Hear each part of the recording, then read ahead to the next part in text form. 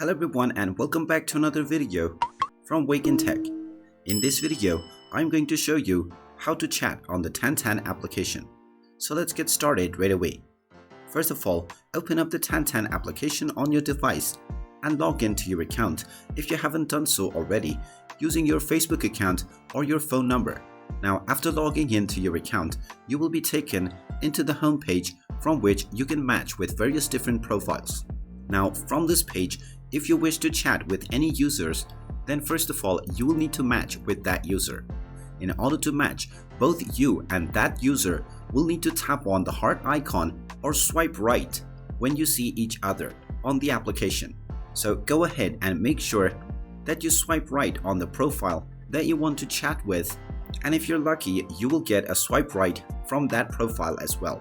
Once both of you swipe right, you will get a match with that user, and once you get your match, you will be able to tap on the chat button to start your chat with that user.